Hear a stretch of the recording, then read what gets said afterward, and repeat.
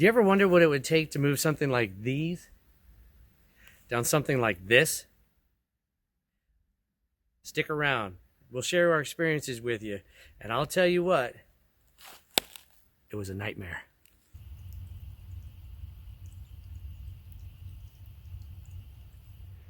So when it came to the delivery of the Shottages, I tell you what, it was one of those moments where we were super happy that we were actually going to finally get them. But, you know, there was this anticipation that was happening. We were like, oh, we can't wait, we can't wait. So we're going to have some footage from that waiting. We went down to the beach and we were just hanging out down there. You'll see, you know, this next shot right here is of Jackson and I standing on a rock, looking at the bridge. We were trying to just, I don't know, we just couldn't wait. Fast forward just a little bit. So I think it was probably around 5:30 at night when the delivery truck finally came across the bridge. You'll see that in these next couple of shots. And then it came around the corner. As soon as we saw him coming across the bridge, I had to run up the driveway, which, by the way, you know, that's you know, about 1,000 feet of running there, and I'm not in the best of shape. So that was fun, but I got down there. I was able to meet them as soon as they pulled up down at the bottom on the main road, and they parked.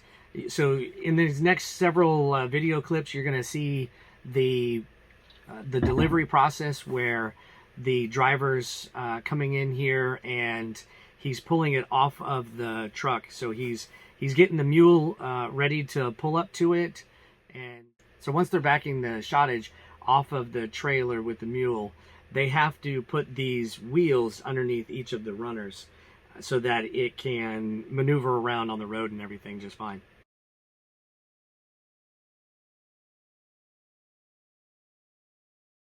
So in this shot right here, the driver is actually encountering the first obstacle, which is the trees coming around the first bend that we have in the driveway. He's got to go over there and move the limbs out of the way. You notice that the limbs, they actually move quite freely in there. It's actually going to be the tree trunks that we have to be super worried about. And that's what, that is what happened to us. So as far as, you know, in this entire process, we learned, I think, a lot of lessons. Painful ones, yes. So it was, we would say that it's awesome to have them here. We're glad that we went through this as our choice for building a camp out here. We didn't have to worry about building the sheds or the camp. We could have somebody else doing that for us as we were doing the land prep. But at the same time, it certainly did limit us on the size of the shottages that we could have, because we were limited to no more than 12-foot widths, right? Yeah. Because of the driveway. And that's actually a future consideration that we have for the camp that we're going to build as kind of our retirement home. We are thinking maybe a modular home that we could bring in here or something like that.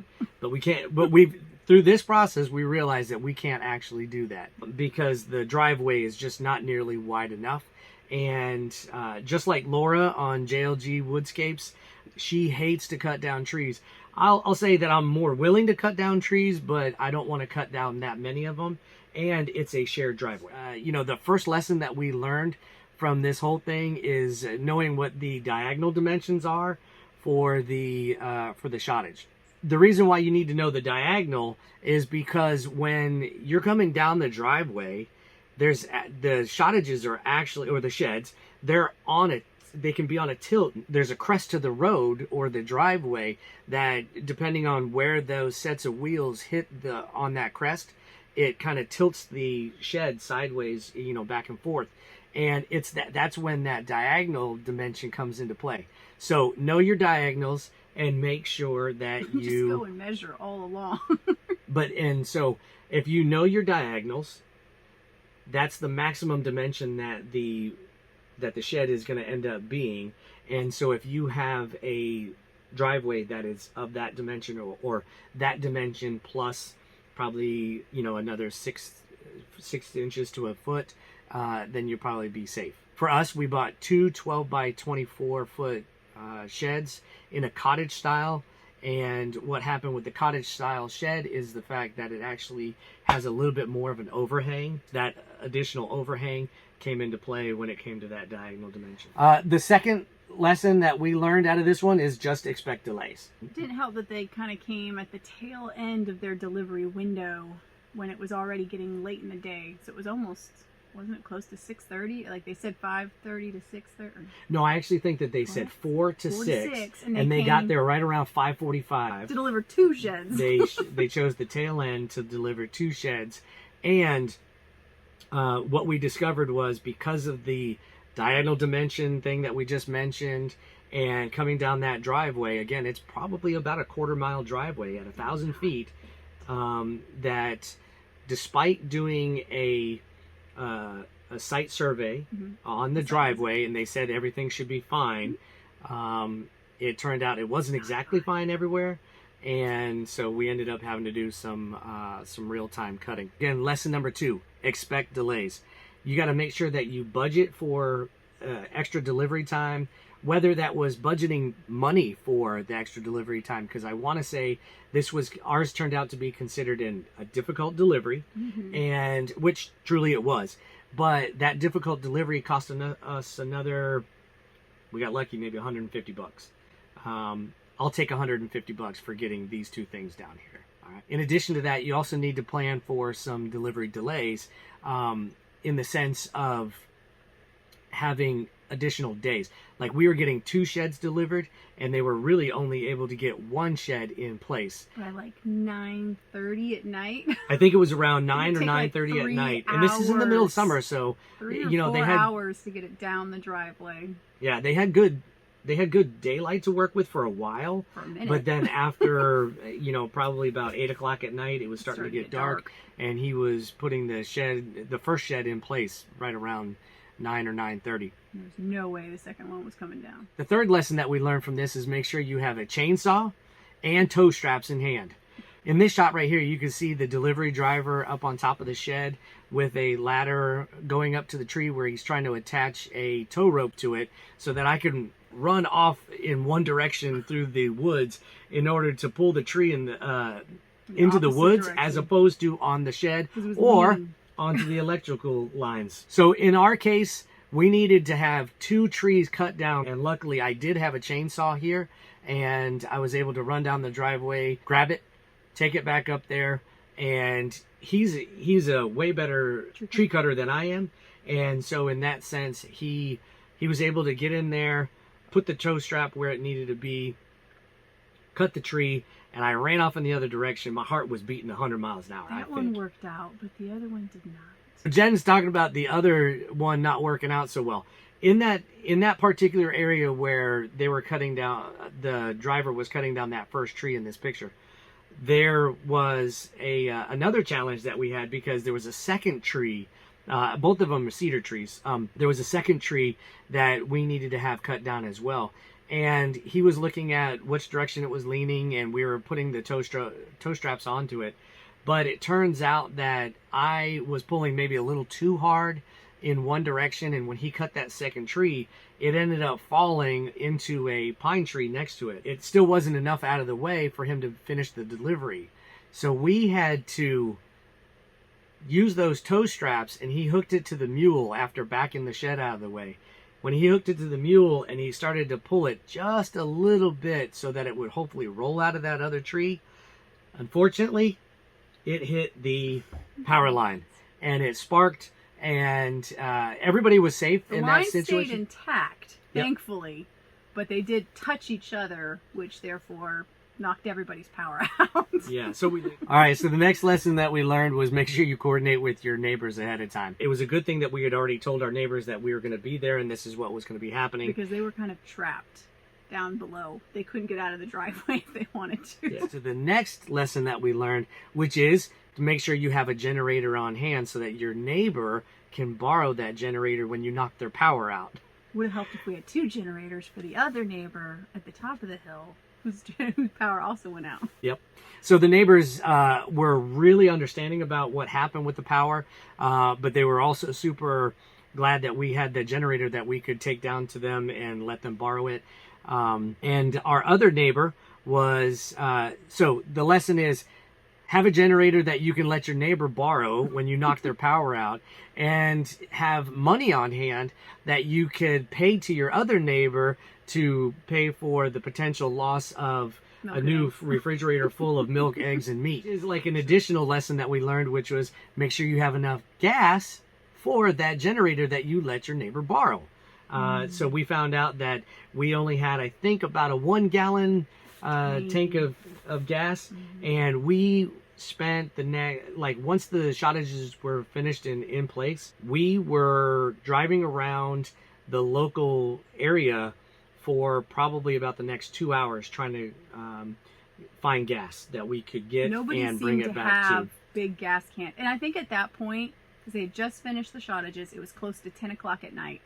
And in this area of Maine, 10 o'clock at night is when everybody's shut down. Like, there are no 24-hour pharmacies. There's not even a 24-hour Walmart.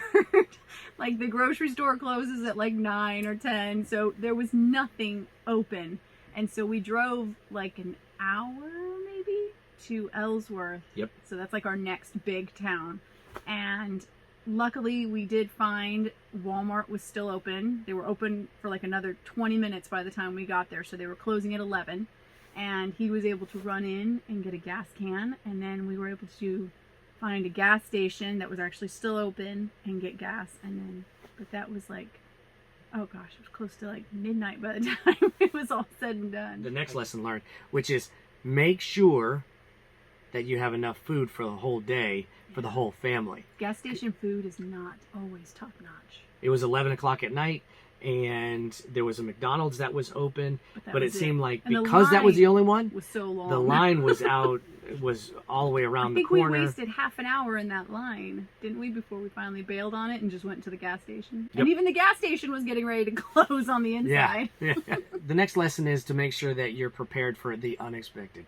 Make sure that you just have a contingency plan for basically anything, as we just described, right? We had all these lists of nightmarish problems that came up. But again, in the end, we're glad that we did it, but you just got to make sure that you're fully prepared. Because everything took so much longer than they thought, they weren't able to deliver the second shed to its spot. And at the same time, there are rules about driving with oversized loads at night. They're not allowed. And they also had to coordinate just across the bridge with those. They had to shut it down from each end in order for them to cross over. So they weren't going to be able to drive the second shed back. Right. They had to find a place to leave it so that they could leave. And that was the other big problem. Which takes us back to get to know your neighbors. Make sure that you know your neighbors, that you've got money that you're prepared to provide them. And when you've knocked out their power, go ahead and ask them, hey, can I leave my shed in your yard? You'll see that right here.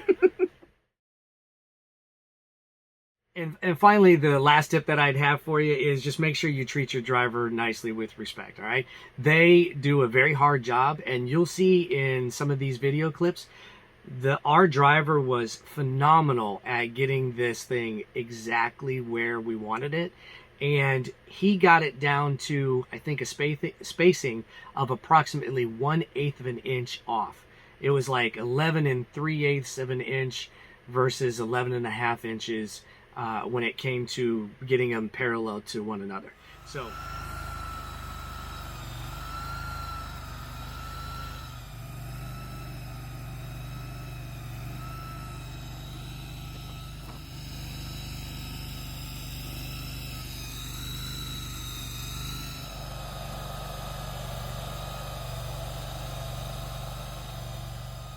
So make sure that you treat your driver with respect, because you never know, they may have to come back again for a second day. So in this clip right here, you're going to see our driver, while he did a fantastic job of doing the delivery, he did, in fact, hit a couple of, or rub against a couple of trees, and it caused the metal roofing to bend just a little bit. And I think he replaced 2 sheets of metal. And after he came back and finished that second delivery, he repaired the roof, and he was good to go after that. All right, guys, so hopefully you enjoyed hearing about our process of getting the sheds delivered out here to the property. Like I've said again and again, I am so happy that we went this route. It was a nightmare, yes, but at the same time, very much, it was well worth it. and we're excited about the progress that we can start to make on the inside here. So if you guys like this video, please make sure that you like and subscribe below, and we'll see you on the next one.